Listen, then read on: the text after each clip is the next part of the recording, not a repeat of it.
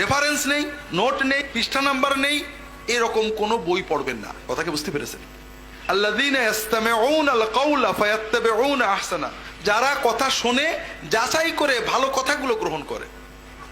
কাজেই ভাইরা, রেফারেন্স নেই, নোট নেই, পৃষ্ঠা নাম্বার নেই, এরকম কোনো বই পড়বেন না। কথাকে বুঝতে পেরেছেন? প্রথম কথা হলো প্রকাশক ভালো হতে হবে। সব কিছুর চেয়ে বেশি চুরি চলছে এখন বইয়ে। খুব ভালো একজন লেখকের নাম, বইয়ের নাম মাশহুর, ভিতরের কথা সম্পূর্ণ বাতিল, বই সেভে বিক্রি হচ্ছে।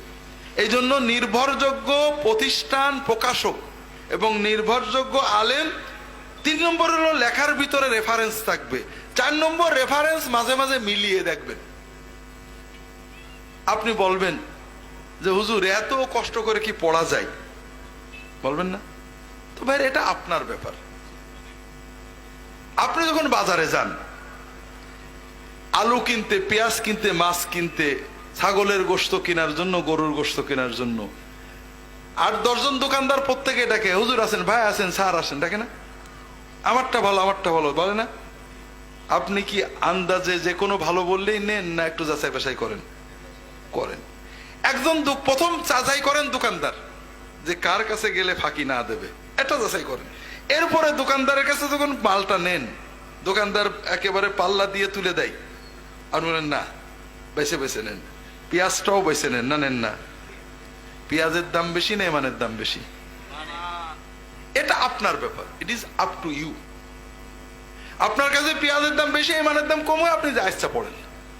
আর যদি মনে করেন পেঁয়াজের চেয়ে ইমানের দাম বেশি, তাহলে আপনাকে যাচাই করতে হবে।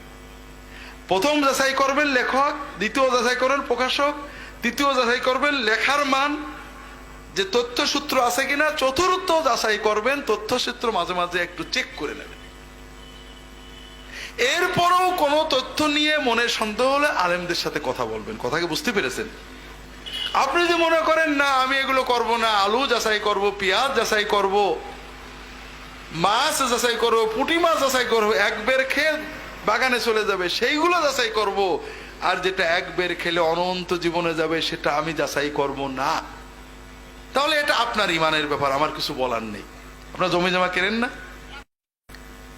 একজন এসে বলল জমিটা আমার, কিনে নেন, দলিল দেখেন, শুধু দলিলে কেনেন, দলিল দেখেন, পর্সা দেখেন, পিঠ দলিল দেখেন, একে বলে, আমি আবার এসব বুঝি না, RS পর্সা দেখেন, কি কি যেন বলে, SS পর্সা দেখেন।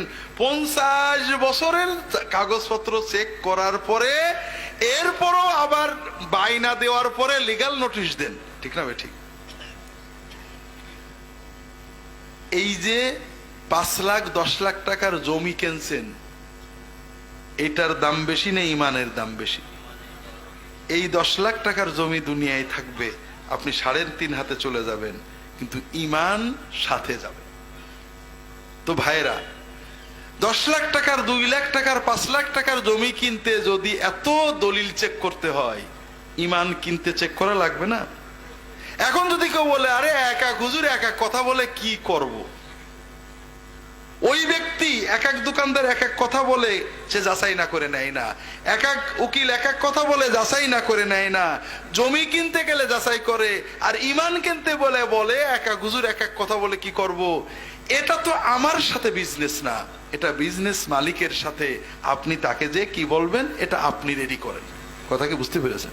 এই জন্য ভাইরা, অনুরোধ হলো, ভালো সিরাতুন নবীর বই কিনবেন, পড়বেন, একাধিক বই পড়বেন, তবে ভালো লেখকের, ভালো প্রকাশকের রেফারেন্স সহ বই কিনবেন, অল্প অল্প করে পড়তে থাকেন।